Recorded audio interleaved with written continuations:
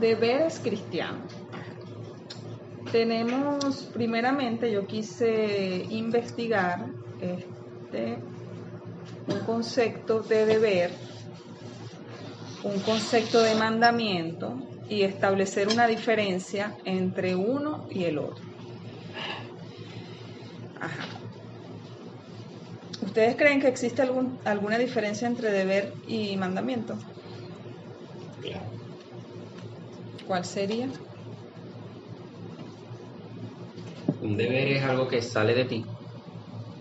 O sea, que reconoces, tú tienes conciencia o conocimiento de que debes hacer algo porque debes hacerlo.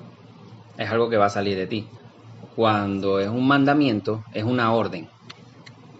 Y tú lo haces por obediencia.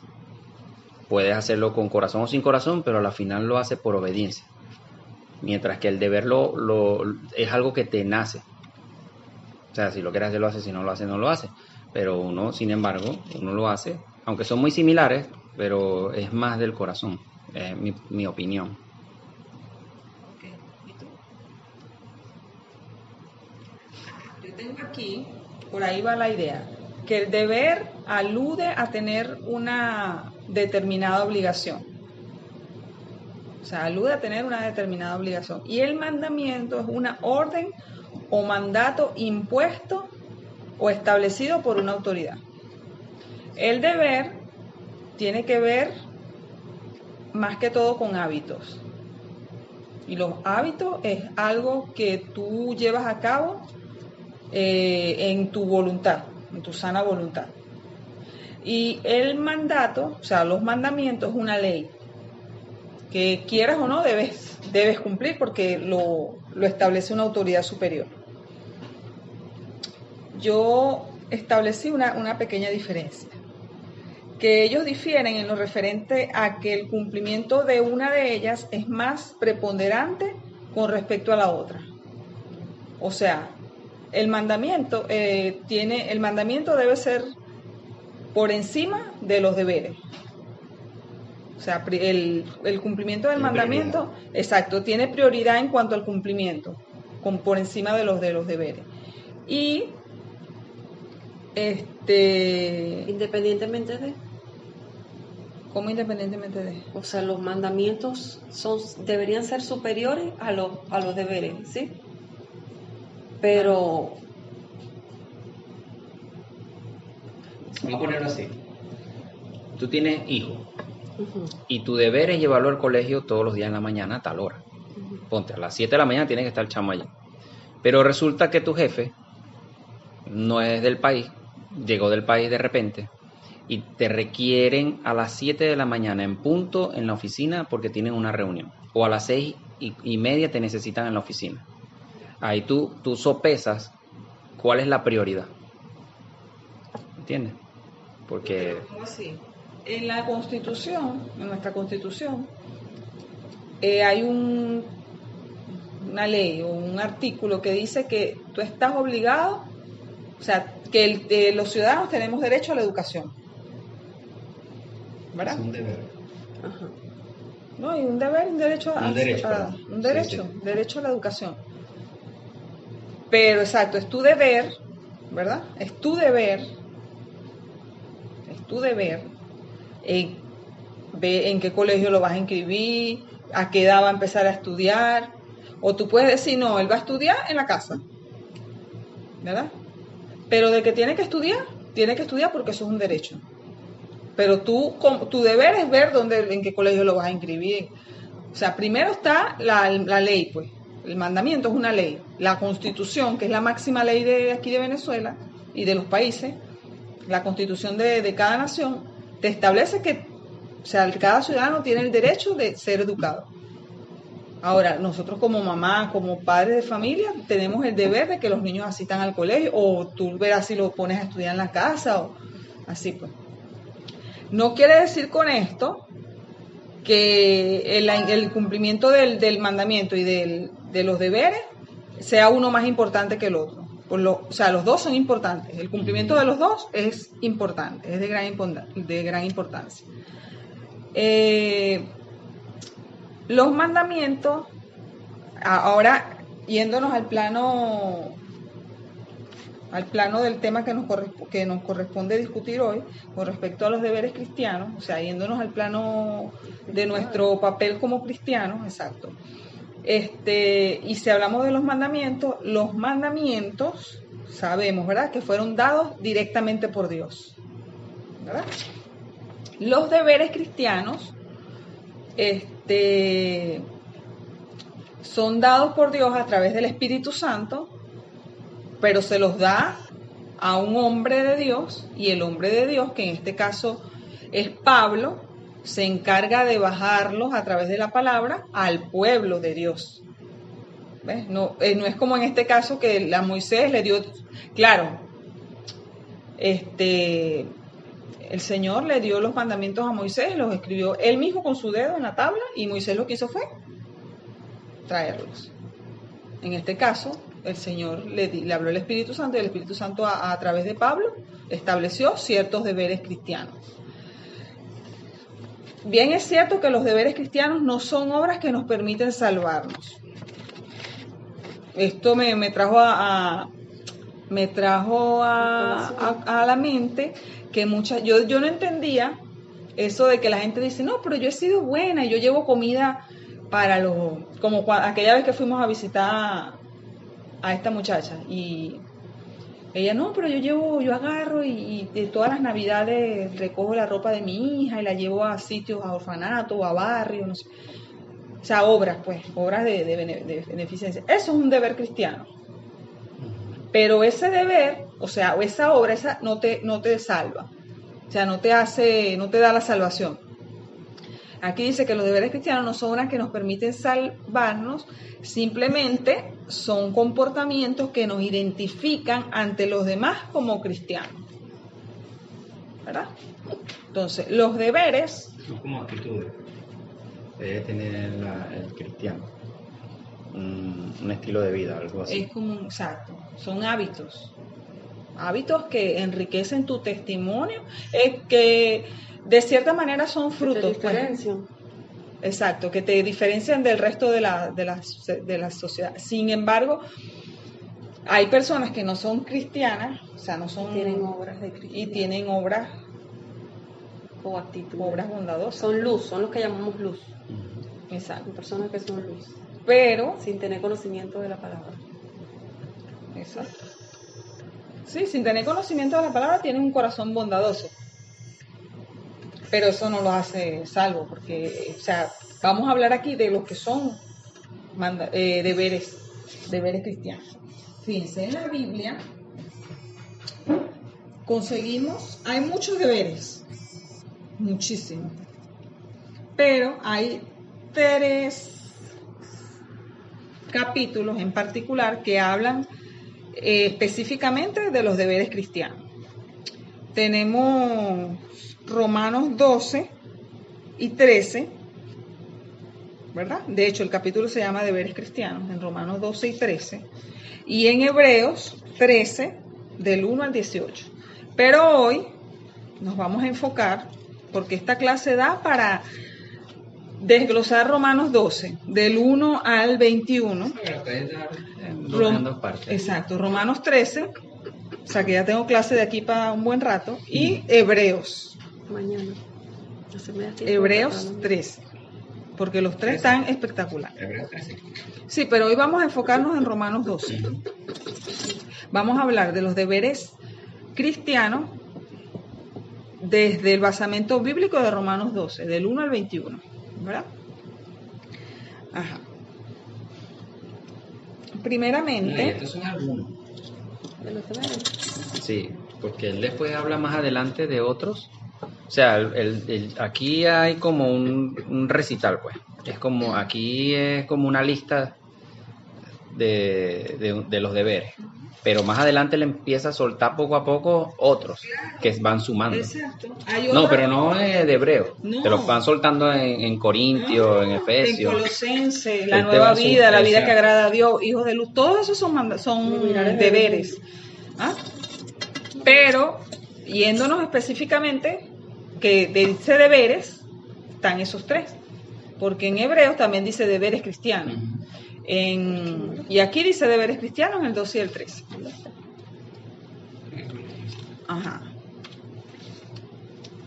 Pero, como dice Randy, en los demás libros, en las demás cartas de Pablo, conseguimos montones de muchísimos otros deberes. En Colosenses tenemos... No, y esto no es que un patrón rígido y estricto, o sea, no es que te vas a cuadrar en eso y de ahí no te sale, más es el deber ser, pero lo demás, sí, porque este es como decir la introducción, pues la abreboca de cómo debe ser, porque ya lo demás, la pulitura viene a través del Espíritu Santo. Al final, perdón, todos los deberes se resumen en dos. Y no en dos deberes, en los dos mandamientos. Para el cumplimiento de todos los deberes, bien sea que diga deberes, bien sea que diga caminado como hijo de luz, compórtate la vida nueva, la vida, porque todo eso son deberes. Comportamientos de hijos de Dios, como nuevo, o sea, nacidos de nuevo. Todos ellos vamos a poder llevarlos a cabo si cumplimos esos dos mandamientos. Por eso es la diferencia, quise establecer esa diferencia entre deber y mandamiento, que es no por darle más importancia al uno que al otro, nosotros tenemos que enfocarnos primero en el cumplimiento de los mandamientos, de estos dos mandamientos, que son 10, que amarás al Señor tu Dios por encima o sea, con todo tu corazón, con todo tu cuerpo, con toda tu alma, con toda tu mente, y amarás a tu prójimo como a ti mismo. Entonces, empezamos. Romanos 12. Hay 4 áreas, por así llamarlas, ¿verdad?, en las cuales debemos nosotros trabajar, ¿verdad?, y enfocarnos, en las cuales nos desempeñamos, donde vamos a plasmar estos deberes. La primera parte es la parte de la consagración. En segundo lugar, tenemos la actitud correcta en relación a lo que Dios nos da. Relación sincera, ¿verdad?, con los hermanos de la fe, y relación con los no creyentes. Entonces, Romanos 12, vamos a leer del 1, Romanos 12, 1 y 2, primeramente. Nuestro deber cristiano, el primer bloque, deber cristiano con respecto a la consagración. O sea, nosotros tenemos como cristianos, primeramente, un deber de consagrarnos. ¿Qué quiere decir consagración? ¿Qué entienden ustedes por consagración? No apartarse. No, eso se entiende. Tiene que ver. Pero no. Consagrarse viene siendo como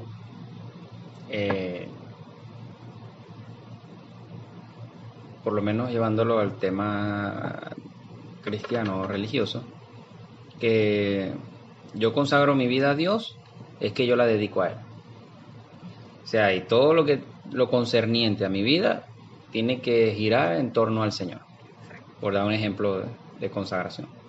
Que santidad es apartarme para el Señor, pero alejándome del mundo, de las cosas del mundo. Pero cuando yo me consagro, es más profundo. Cuando uno se consagra, uno establece una especie de respeto. O sea, es por un respeto a algo o a alguien.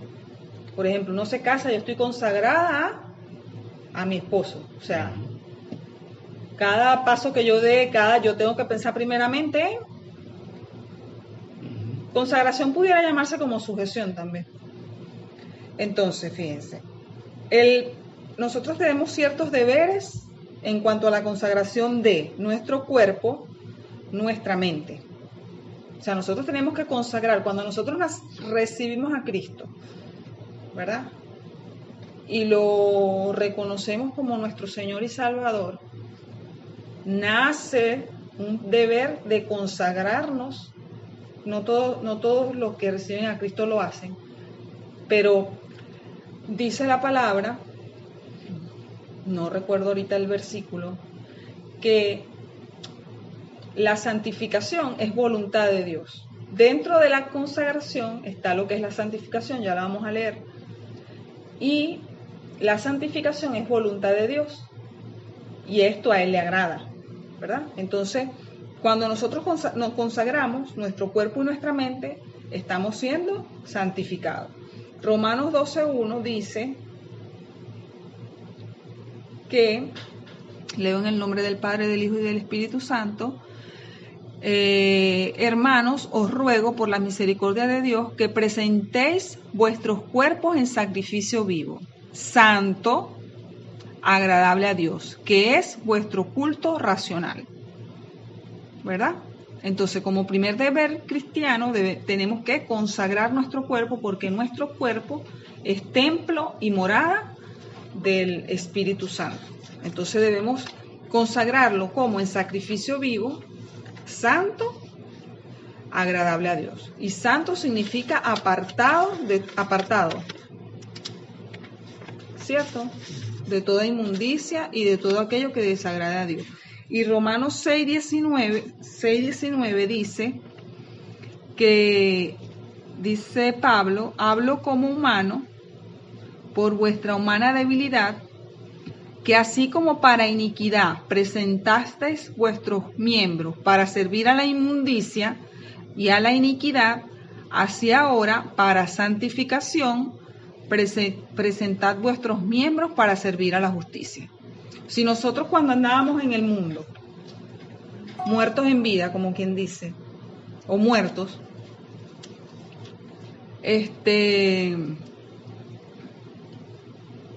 presentábamos nuestros cuerpos, ¿verdad?, para la iniquidad y para la inmundicia, ahora que somos nuevas criaturas, hijos de Dios, debemos presentar nuestros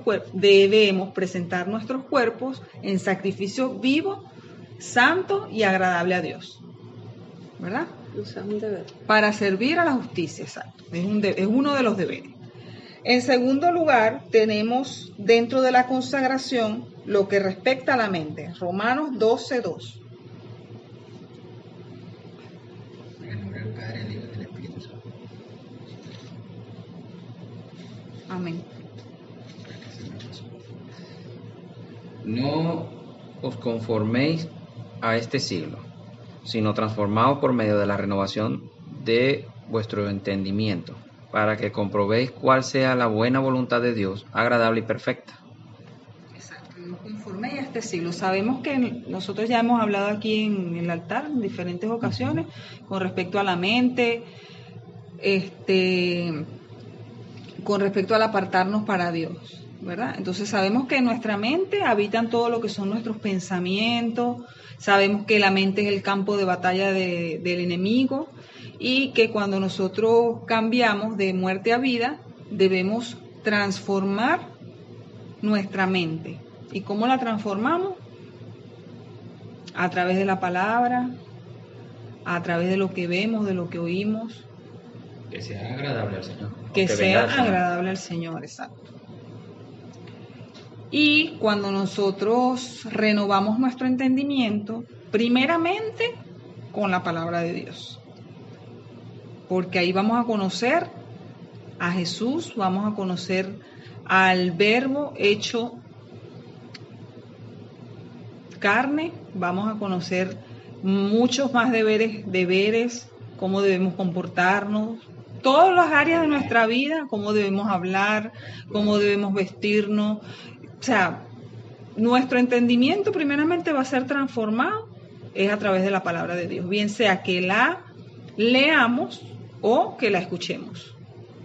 Vamos a ir enriqueciendo a ese Espíritu Santo con el cual fuimos sellados, ese Espíritu Santo que mora en nuestro cuerpo, ya consagrado, lo vamos a ir alimentando con la palabra y así, de esta manera, vamos a ir transformando nuestro entendimiento. Y una vez que transformemos ese entendimiento, vamos a comprobar cuál es la voluntad de Dios. agradable y perfecta. Como segundo punto, entonces tenemos como primer punto la consagración. Como deber cristiano, número 1, la consagración. Dentro de la consagración tenemos la mente, primeramente el cuerpo y la mente. Ahora, como segundo deber, tenemos que tener una actitud correcta en relación a lo que Dios nos da.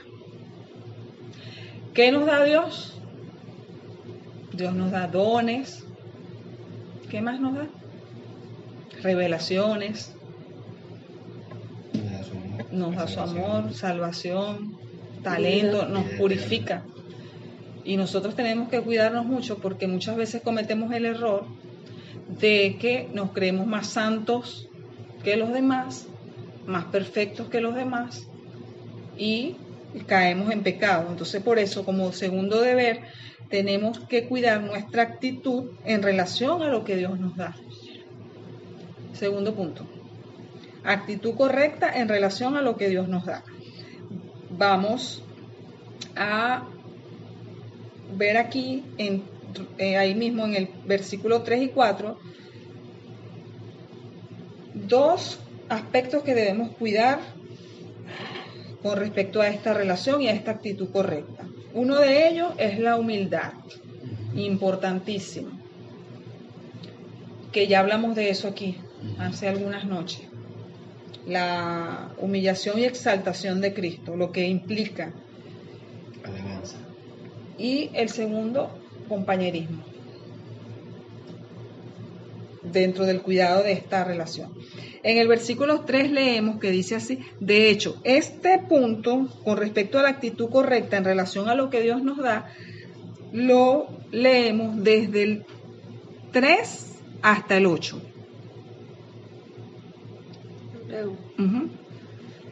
En el nombre del Padre, del Hijo y del Espíritu Santo. Digo pues, por la gracia que me es dada a cada cual que está entre vosotros, que no tenga más alto concepto de sí que el que debe tener, sino que piense de sí con cordura, conforme a la medida de fe que Dios repartió a cada uno. Porque de la manera que en un cuerpo tenemos muchos miembros, pero no todos los miembros tienen la misma función.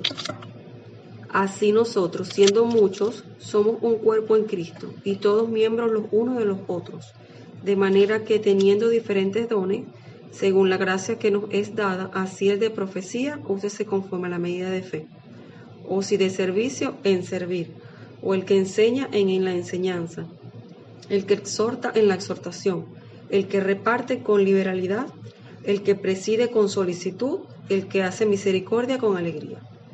Exacto. Allí vemos en el versículo 3, resalta la humildad. Digo pues, por la gracia que me es dada, a cada cual que está entre vosotros, que no tenga más alto concepto de sí que el que deba tener. Cuando estudiamos el tema de la humildad, veíamos que Jesús dejó toda su deidad, vino acá a la tierra, toda su riqueza, y él más bien muchas veces enseñaba a sus discípulos y nos dejó ese legado a nosotros de que el que crea ser el mayor se haga menor para servir a los demás. Entonces, una manera de cuidar nuestra actitud con respecto a lo que Dios nos da es trabajar la humildad, recordando la humildad y el compañerismo, recordando que todos somos como un cuerpo, o sea, somos un cuerpo donde hay muchos miembros, ¿verdad? Y cada miembro tiene, al igual que nosotros, sus actitudes, sus dones, sus talentos, y Dios los hace con cada uno como quiere, pues. No nos corresponde a nosotros excluir ni menospreciar a nadie. Si nosotros tenemos un don que es, por así decirlo, superior o Dios nos usa más y a alguien los usa menos. Por eso es que Pablo nos dice aquí que cada quien conforme a lo que Dios le dio, que lo aplique, pues.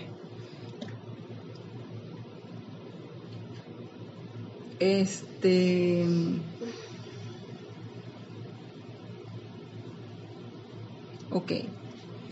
Entonces, tenemos en el primer punto la consagración, en el segundo punto la actitud correcta en relación a lo que Dios nos da. Tercer punto, tercer deber. Tenemos el deber de establecer relaciones sinceras, ¿verdad? Serviciales y positivas con los hermanos de la fe. Romanos 12, del 9 al 12. Relaciones sinceras que tengan la característica de ser serviciales y positivas. Entonces dice Romanos del 9 al 12, el amor sea sin fingimiento, aborreced lo malo, seguid lo bueno. Amaos los unos a los otros con amor fraternal, en cuanto a honra, prefiriendo los unos a los otros. En lo que requiere diligencia, no perezosos, fervientes en espíritu, sirviendo al Señor. Gozaos en la esperanza, sufridos en la tribulación, constantes en la oración. Entonces, debemos establecer relaciones sinceras con nuestros hermanos donde imperen estas dos características. Sirviendo como si estuviésemos sirviendo a Dios, al Señor. Debemos compartir por las necesidades de los santos, practicando la hospitalidad. Ahora, como cuarto deber, ¿verdad? Tenemos también, era lo que hablábamos hace un momento de que los deberes, si bien es cierto que no son obras que nos permiten la salvación, sí nos permiten dar testimonio de nosotros como creyentes y como cristianos, pues. Entonces también debemos cuidar la relación con las personas que son no creyentes, los que llamamos los inconversos. Aquí vamos a tomar 4 puntos importantes a saber con respecto a esta relación con los no creyentes. Debemos primeramente tratar de vivir en paz con ellos. Lo leemos en 17 y 18. Del mismo 12. En el nombre del Padre, del Hijo y del Espíritu Santo. No paguéis a nadie mal por mal. Procuren lo bueno delante de los hombres. Si es posible, en cuanto dependa de ustedes, estad en paz con todos los hombres.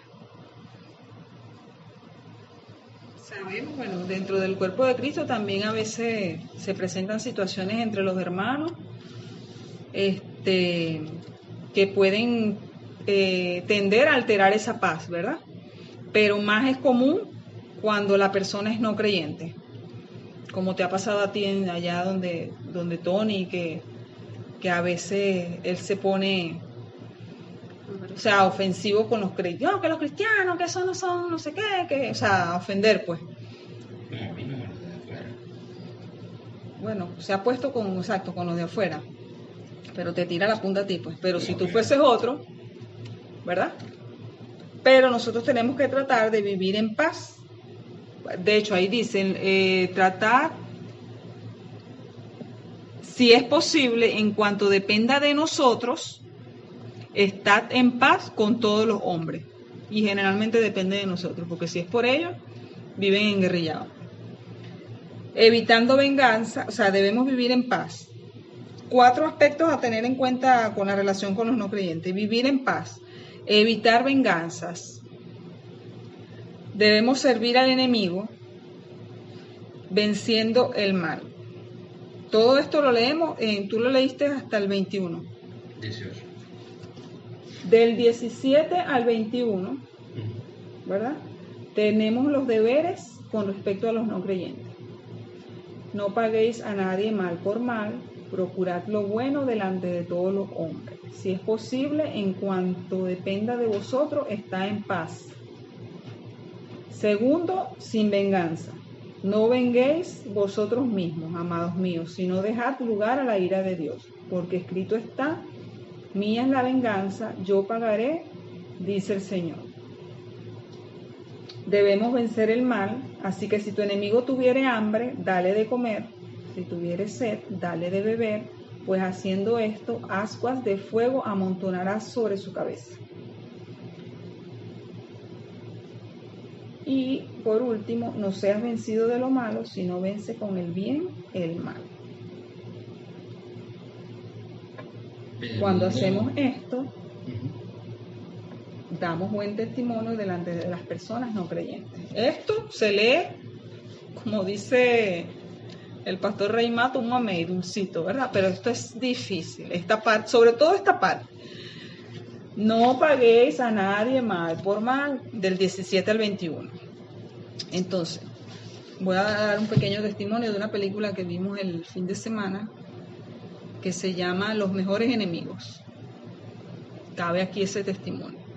Una película que vimos basada en hechos de la vida real, con la negrita de la película que vimos de los racismos. Era más o menos la misma tónica, pero estaban como un poquito bastante más avanzados. Ya habían abolido un poco la esclavitud, habían abolido la esclavitud, pero igualito estaba el racismo. Y había un clan que se llamaba el Ku Klux Klan. Yo no sé si tú has escuchado de esa gente que mataban a los negros, que se vestían de blanco con unas capuchas. Entonces ellos se la pasaban haciéndole la vida imposible a los negros. Había un líder. El tipo era un líder porque había reclutado a muchos, sobre todo hombres, para hacerle daño a estos negros. Y la tipa, la protagonista, es la negra de la película anterior. Entonces, quemaron, no sé, hubo un accidente en una de las escuelas de los negros, porque los negros y los blancos, cada uno estudiaba en su escuela. En ese tiempo, no había esclavitud, pero habían asientos para negros, asientos para blancos, donde estaban los negros no podían estar los blancos. O sea, estaba el racismo, pero un poquito como más civilizado. Y los blancos estudiaban en su escuela de blanco, los negros estudiaban en su escuela de negro, pero la escuela de negro de ese pueblecito se quemó. Hubo un cortocircuito y se quemó. Y pues los padres estaban preocupados porque, estaban a mitad de año, no sé, faltaba para terminar el año escolar, y ellos estaban preocupados porque sus chamos se iban a retrasar. Total que ellos pidieron a las autoridades que buscaran la manera de solucionar, y una de las maneras era meter a estudiar a los hijos de los de color con los blancos. Y el tipo líder dijo que no, que eso no era posible, porque cómo iban a mezclar. Total que la negra y el líder se odiaban, o sea, la líder de los negros, que era la mujer, y el líder de los blancos, que era el hombre. Pero pasó una situación ahí, que el tipo tenía un hijo con síndrome de Down, y lo tenían recluido en un psiquiátrico, porque el muchachito tenía el síndrome bastante acentuado. Entonces, había un negro líder, que eso le llamaban la conciliación, ¿no? El tipo era de otra ciudad, pero se había hecho del norte, pero se había hecho muy famoso en eso de hacer conciliaciones de negros. No, en el norte ya no existía ese racismo. Ya en el norte ya había conciliación, o sea, ya los negros estudiaban con los blancos en los mismos colegios ya. Y entonces un amigo de él le pidió que viniera al pueblo porque esa gente se iban a matar, o sea, tenían que llegar a un y él dijo, bueno, que él no quería, pero porque se estaba la situación, porque la negra y el blanco se odiaban. Total que el tipo vino. Entonces armaron grupos, reuniones, tuvieron como 2 meses, 2-3 meses, haciendo reuniones, bueno, casi 3 meses, reuniones de conciliación para llegar a un acuerdo de qué iban a hacer con los muchachos y la escuela. Bueno, total que el tipo se ideó los blancos se sentaban aquí, los negros aquí, entonces iba ¿cómo es que le llaman ellos? Un reverendo. Sí. Un reverendo, como un pastor, a las reuniones. Y él se para después de un día de que terminó la reunión y dice, bueno, como salimos de aquí tan tenso, deberíamos de inventarnos una actividad recreativa. Entonces ellos propusieron, los negros, música gospel. ¿Sabes cuál es la música gospel? Ajá, cristiana que bailan. Y el tipo, no, que cómo es posible el blanco, cómo es posible que no sé qué. Claro, él es negro y no va a proponer eso si él es negro. Entonces, ¿qué propones tú? Le dice el negro líder, el de la conciliación. Bueno, voy a traer un stand del Ku Klux Klan. O sea, poner folletos o sea, el Ku Klux Klan es como, ¿cómo te puedo decir? Como como una secta De que matar mata negro. negro. Ajá. Sí. Entonces él quería llevar un stand con folletos y bromas y la negra indignada, no, que cómo es posible, que no sé. Pero él lo dejaron. El tipo tenía algo de sabiduría. Digo, si nosotros estamos dejando que ustedes canten su música gospel, vamos a dejar que él traiga. Total que él llevó su broma, puso su stand y ellos siguieron cantando su... Bueno, pero el punto es que el negro, el de la conciliación, en el almuerzo se inventó lo siguiente. Ya va, no entren al comedor. Los dejó a toditos fuera. Aquí, en cada uno, en las mesas hay unas tarjetas. Ahí se van a sentar hasta que terminen las reuniones. O sea, él puso negro, blanco, así. Y a ellos dos, o sea, los dos copresidentes, eran presidentes de esa movimiento. Ajá. Los puso en una mesita así, frente con frente. Total que tenían que comer ahí juntos. Pero en una de las reuniones estaban hablando de la situación de los hijos.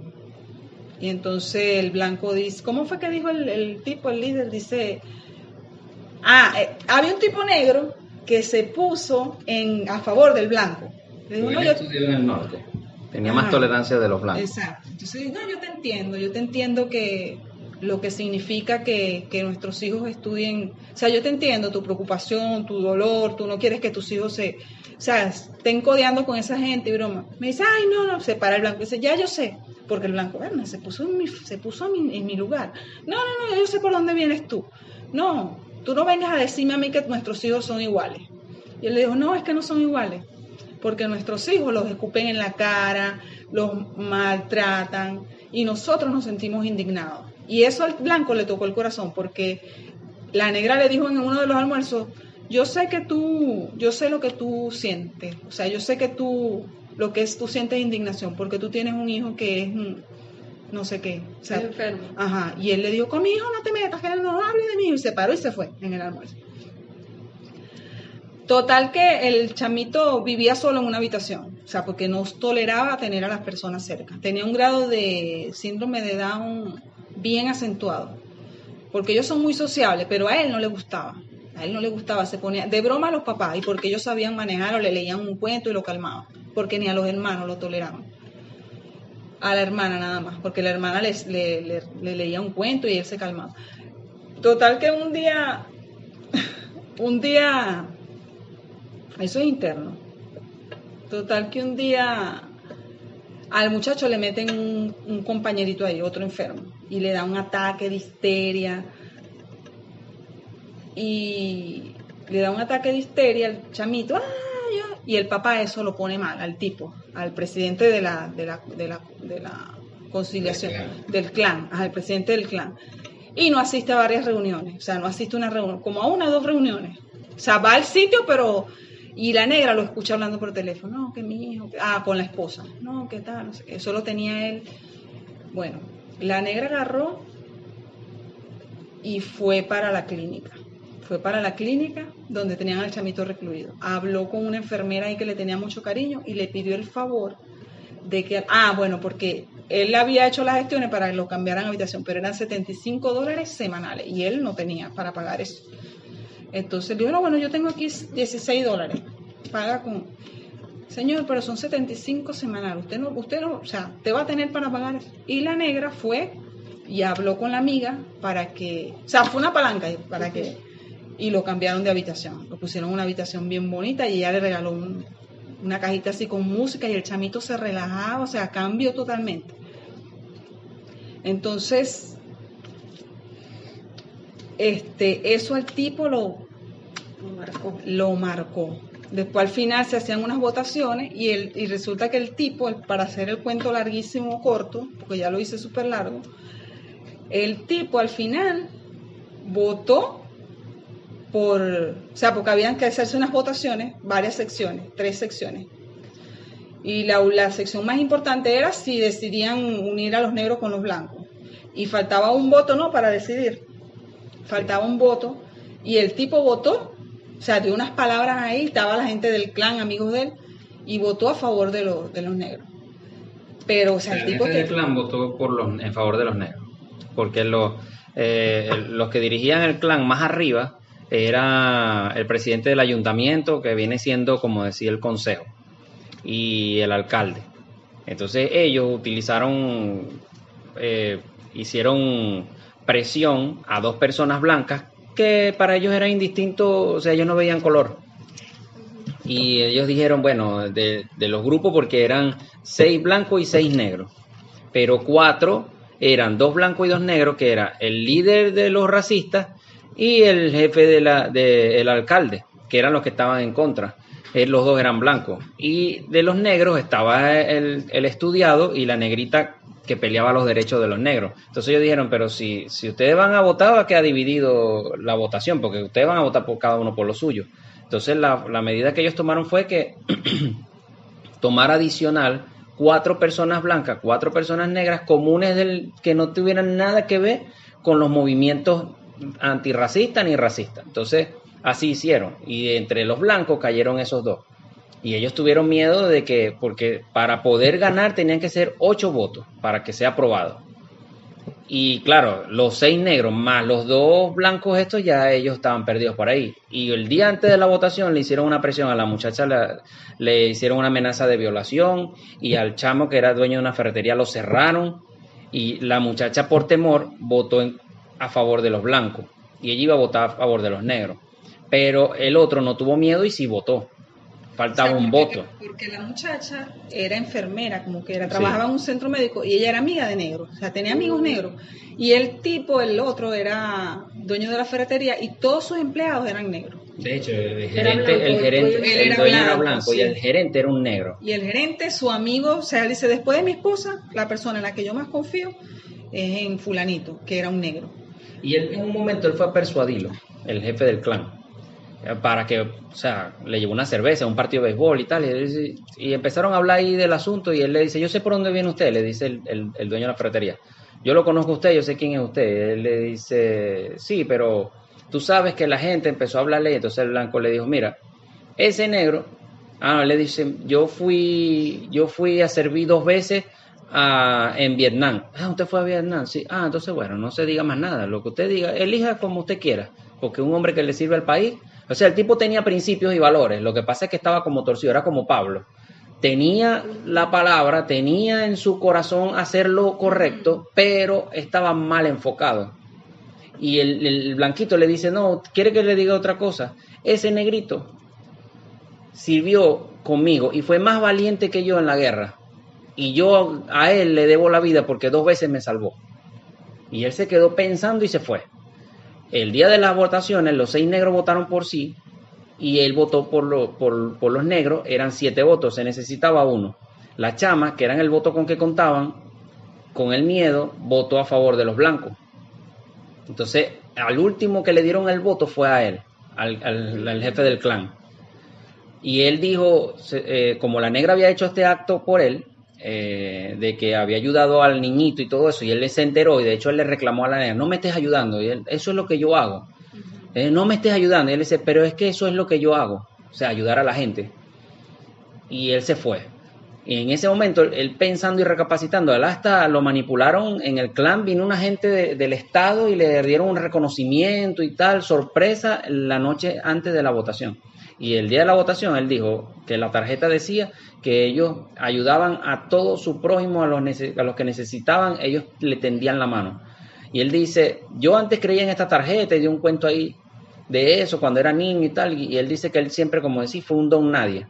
Y cuando él se mete en eso, empiezan a darle cargo. Y cuando él logra ser jefe, él decía, imagínese yo, siendo nadie, siendo jefe de todo esto, o sea, él se veía como alguien grande, pero él dice, yo respetaba lo que aquí dice, y lo leyó, que es lo que mencioné ahorita.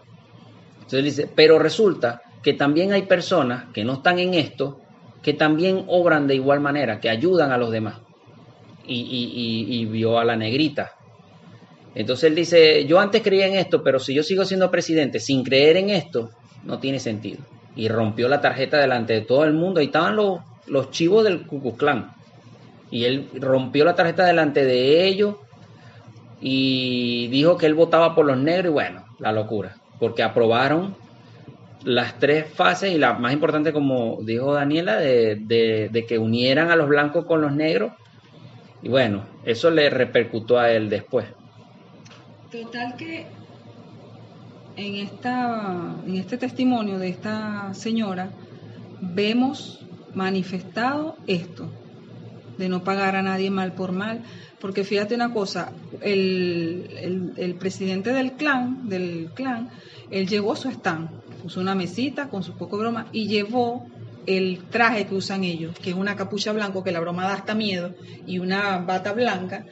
Él llevó un maniquí con eso y pasaron dos jóvenes negros de color, y le dieron así, tumbaron y rompieron, y la negrita venía atrás de ellos. Le dijo: mira, ¿qué están haciendo ustedes? No hagan eso, no sean brutos, no sé qué, agarren eso, instrúyanse para que conozcan al enemigo, para que sepan cómo se mueven, no estén rompiendo, y acomodó la mesa y broma. Y cuando vio el traje, esa mujer se quedó paralizada. Ella dijo: estos muchachos que no sé qué, y cuando le pone la capucha, ella se quedó. Claro, yo me imagino yo creo que el esposo de ella fue muerto por el clan y muchas familias de ella, porque hubo un tiempo, ahí fue tranquilo, pero hubo un tiempo en que eso era feo. Es que claro, ahí fueron y muy nadie prudentes, pagaba porque ahí ellos se fueron tapaban muy la prudentes cara. con las imágenes. Lo único que pasaron fue una muchacha que tenía un novio negro. En la noche, los tipos se pararon afuera de su casa y con unas escopetas, yo no sé si la chama la mataron, eso no lo pasaron, porque la película fue muy... Espero que estuviera arriba para abajo. Le destruyeron toda la casa, pero ellos eran malos, del Ku Klux Klan eran, y ella se quedó así paralizada y dijo: bueno, y con todo y eso fue antes de hacer lo que hizo por el muchacho. Entonces, ella aplicó muy bien de no volver mal por mal y de no vengarse vosotros mismos. Y ella, cuando termina la película, que pasan a la verdadera negrita, ella decía: te soy sincera que yo tenía ganas de matar a ese hombre. O sea, yo lo veía y yo quería era matarlo. Y ella, ella llegó y le dijo algo que también nos impactó mucho, porque él le dijo, no sé por qué, pero él sacó una escopeta, le dijo: no, mi arma es esta. Y ella le dijo: deberías tener una como esta, una Biblia. Y él le dijo: no, yo tengo una de esas. Pues deberías leerla. Algo así le dijo: pues, deberías leerla. Yo la leo y voy todos los domingos a la iglesia. Ah, qué bueno, entonces ya lo sabes. ¿Qué sé? Que el mismo Dios que te hizo a ti, me hizo a mí. Y el hombre se quedó. O sea, ella fue dándole cosas que fueron quebrantando eso, porque él también nos odiaba.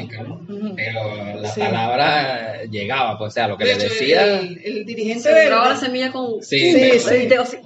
día. No, y ella era una mujer muy correcta, porque ella le dijo al negrito de la conciliación, al líder, pues él le decía la matona, porque ella a veces se le volaban los tapones. Entonces, si yo tengo que defenderlo, voy a defender. Ah, bueno, había un tipo del jurado, si quieres para eso, había un tipo del jurado que cuando ellas hablaban, él llegaba y se volteaba, le daba la espalda, llamó un viejo y en una de esas se paró y le dijo: mire, le volteó la silla, usted me va a escuchar, porque aquí habemos seres humanos, y el tipo se quedó así. Pues era un ayuntamiento, pero sí. Ellos se la llevaban siempre ganada a los blancos, porque ellos convocaban al clan y al tipo del clan y le decían: mira, trae tu gente porque estos negros van a venir a formar lío. Entonces ellos llevaban a sus blancos y claro, siempre ganaban ellos.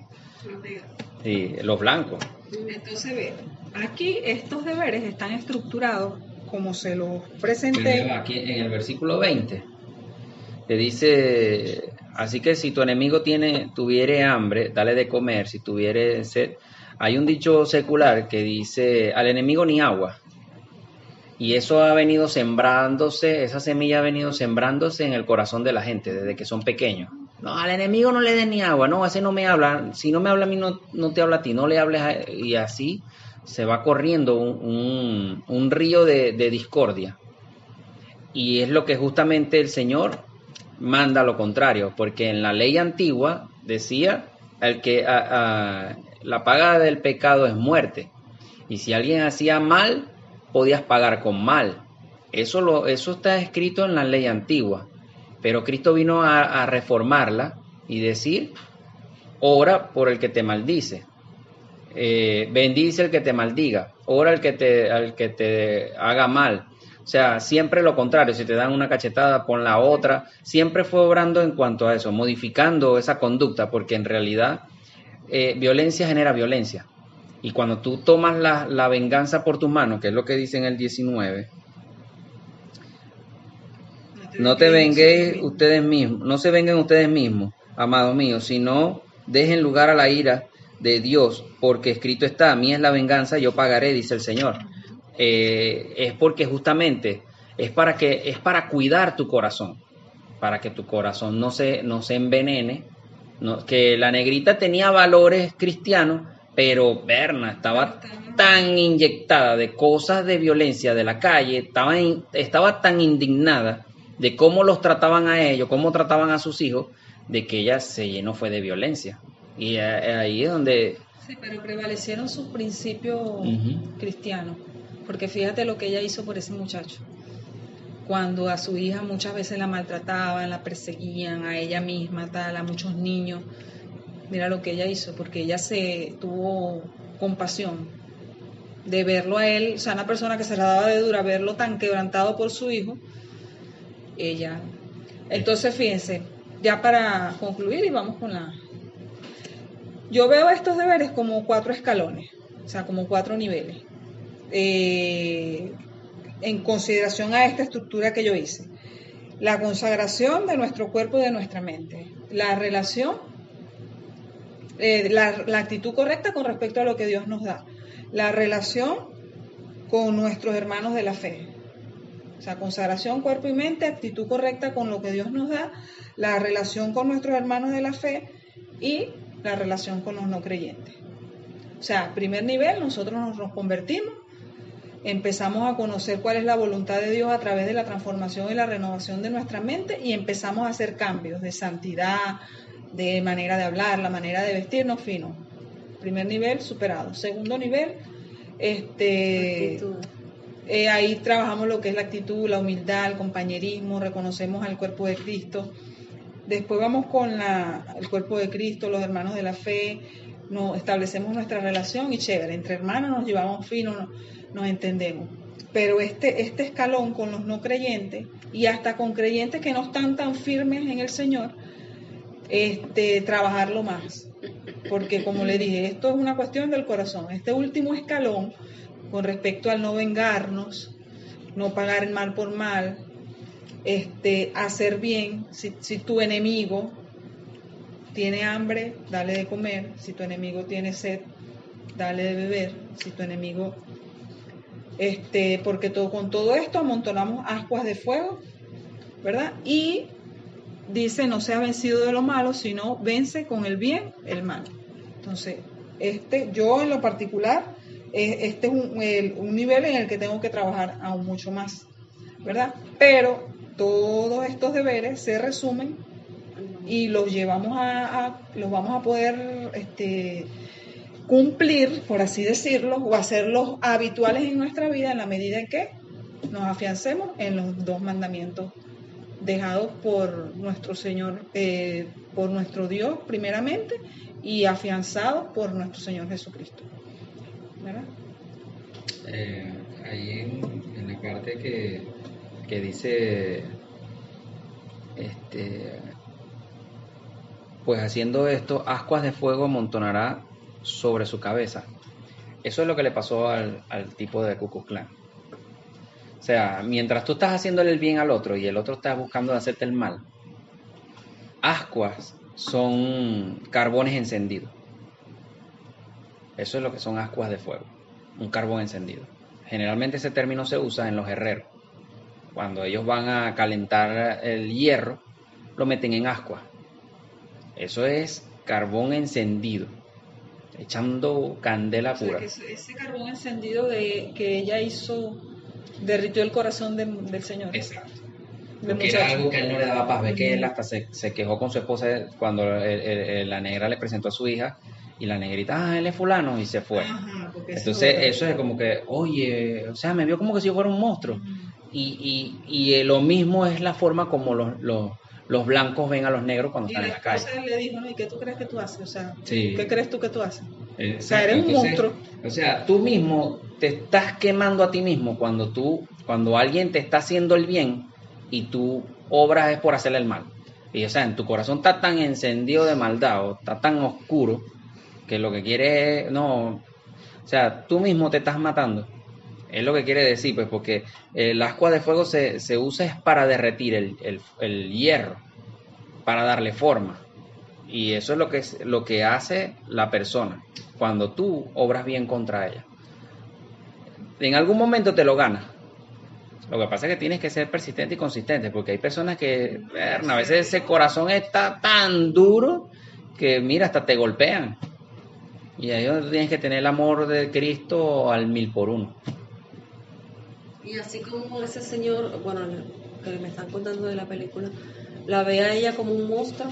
Muchas veces hay personas inconversas que ven a los cristianos como unos monstruos y se los rechazan, los quitan, como que ahí viene este religioso, este fanático, lo que sea, y te rechaza o se quita, o sea, te ve como te aborrece. ¿Qué pasa lo que hablamos hace ratico de la prédica de Dante Hebel? Que ellos, o sea, porque hay tantos personas llamados cristianos que no obran por vocación, sino porque por moda o porque, bueno, no sé, por X o por Y, por la razón que sea que pasa por su corazón o cabeza, no llegan con el amor de Cristo para ganarse el alma, sino que llegan religiosos o legalistas o con una serie de estructuras mentales que lo que hacen es golpear a la persona, no tienen tacto. Entonces, como dio el ejemplo de los vendedores, cuando, no, este es lo que me vienes a vender, no, tú me vas a vender lo que sea. Yo soy uno, yo le digo a veces a los vendedores, no, si es por ti, tú me vas a vender, todo está chévere. No, es que en serio, no, que es así. Y uno ya está como predispuesto a la defensiva. Lo mismo le pasa a los inconversos. Ese primer punto que tú hablas es una relación tú y Dios. Sí. Es una relación tú con Dios. Es lo que llama uno la verticalidad. Una vez se lo escuché hace un tiempo al pastor Corson dando ese ejemplo. Y es una de las cosas, de las temáticas que él utiliza en su iglesia, es que él enseña a sus discípulos a tener netamente una relación con Dios, y creo que eso dura alrededor de 1 año, como que fue que dijo, o 2 años, algo así. En 1 año creo que. En ese año es puro tú y Dios, tú y Dios, tú y Dios, vertical. Y después que ya ellos consideran que tú estás listo, ahora es horizontal, tú con el hombre. ¿Cómo debes tratar al hombre? Que es el 4.º punto. Tu relación con tu próximo, con tu prójimo, como decía el pastor Tony, tu prójimo, tu próximo. O sea, ya tú empiezas a manifestar eso que bajó de Dios para ti, como tú explicabas al principio, esos deberes que ya son dados por el Espíritu Santo, esa revelación viene a tu vida, porque sin la revelación del Espíritu Santo tú no vas a entender esos deberes y ni siquiera vas a tener la vocación de hacerlo.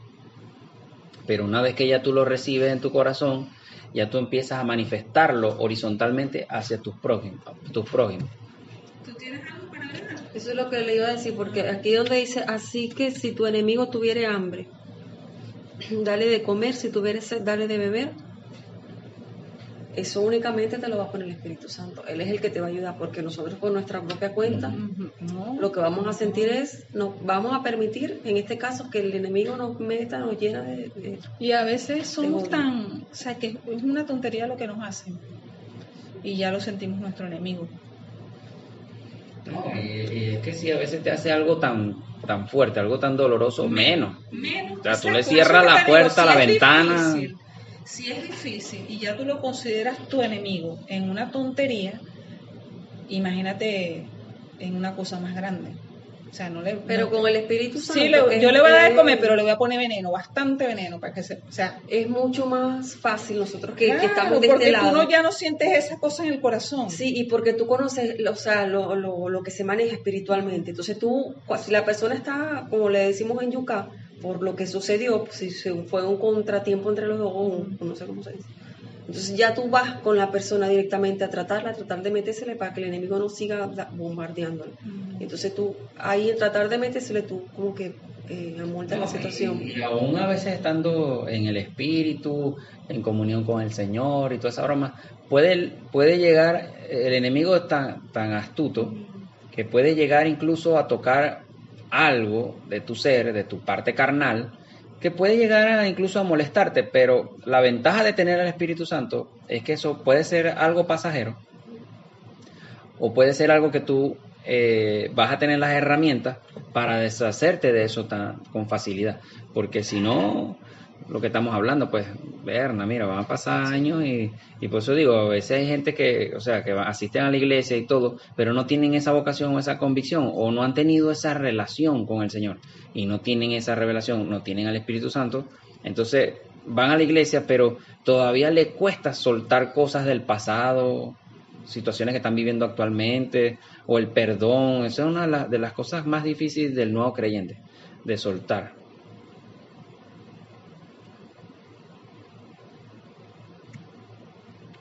¿Algo más para agregar? Bueno, estamos listos por esta noche. Deberes cristianos. Bueno, dímelo,